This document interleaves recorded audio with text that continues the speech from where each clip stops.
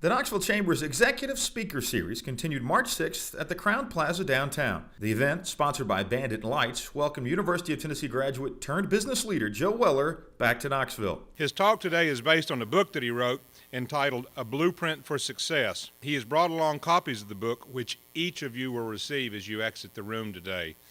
So without further ado, I'd like to introduce to you UT graduate and a really nice, humble guy, Joe Weller.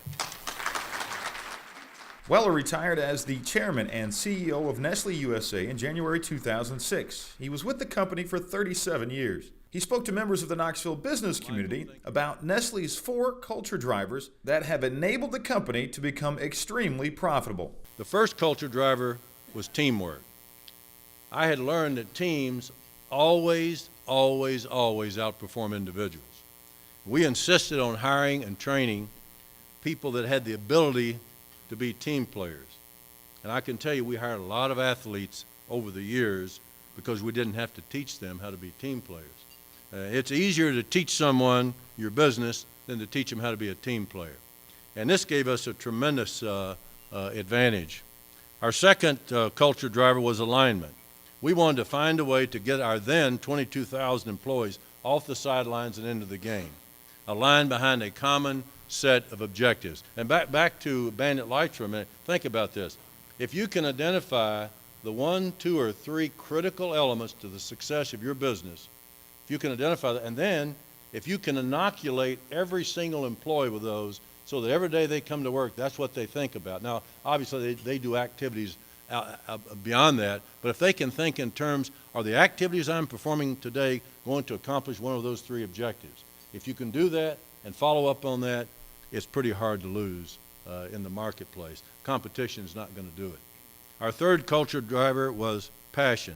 I'd never met really anyone that was truly successful in any field of endeavor that didn't have a real passion for what they were doing. So we insisted that our folks have a passion for their work, or we invited them to go somewhere else to work. It was as simple as that. And you might say, how do you measure passion? There's a lot of ways to measure it. It isn't always just enthusiasm.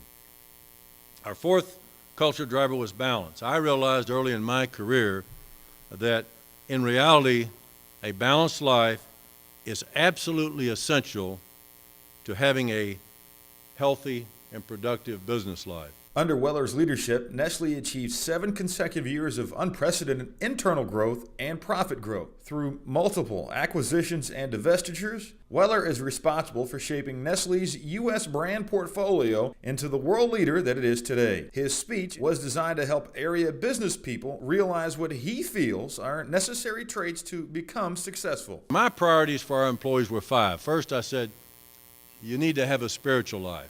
Now, I didn't try to superimpose on them what my spiritual life, I just said you need to have a spirit. And I did that for a reason. In California, work is typically 24/7. And a lot of bosses insisted people come in on Sunday morning and Saturday morning and work. And I wanted to give those employees permission to say, hey, you know, I'm going to synagogue, or I'm going to church, or I'm going somewhere, and to give them, and I really, to be quite honest with you, wanted our employees working 5 days a week, not 7 days a week. I want them to work their tails off 5 days a week, but then take the weekend off, and be with their family, be with their children, get their batteries recharged, then hit the road running on Monday morning.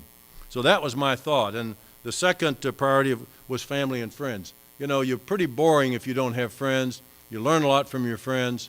We had employees that were just like me. I've been a workaholic my whole life, so I had to reteach myself. But all they knew was their work. Didn't have any friends, didn't spend any time with their families. And I learned early on, mom ain't happy, nobody's happy. So you got to get it together, have a good family life, and you're more productive at work, and you can make a much bigger contribution. Then the third thing was career. The fourth thing I insisted on was give back to the community, do something. We launched a program called our Adopt a School program, and we had, by the time I left, 50 adopt-a schools all across the United States, and we gave our employees paid time off to go to those schools, and they're typically inner-city schools, to mentor those schools, to do book fairs for those schools, and to get involved in those schools, because my thought was we have wonderful universities. Our kids can't even qualify for our own universities. So what can we do rather than buying a table here, buying a table there? I said, I eliminated the philanthropy department in about 2 minutes one morning. I said, forget that, let's do education. And that became our goal for 10 years and was very, very successful. And teachers in LA and across the country still talk about that program today. And the fifth thing was get a hobby and get a life. I mean, do something where you can have some fun. And the idea and the way I describe it in the book is it's like the old playground seesaw. You know, if you think about God and family on one side, giving back to the community, and a hobby on the other side, and career kind of balances right in the middle of that. And I can tell you, it gave us a tremendous competitive advantage in the market. Weller was the second speaker in this series that highlights UT-bred business leaders. The Executive Luncheon Series features speakers sharing stories and insights from their journey from the UT campus to their leadership positions. For more information about future editions of this midday event, contact Lori Fuller at 865-637-4550.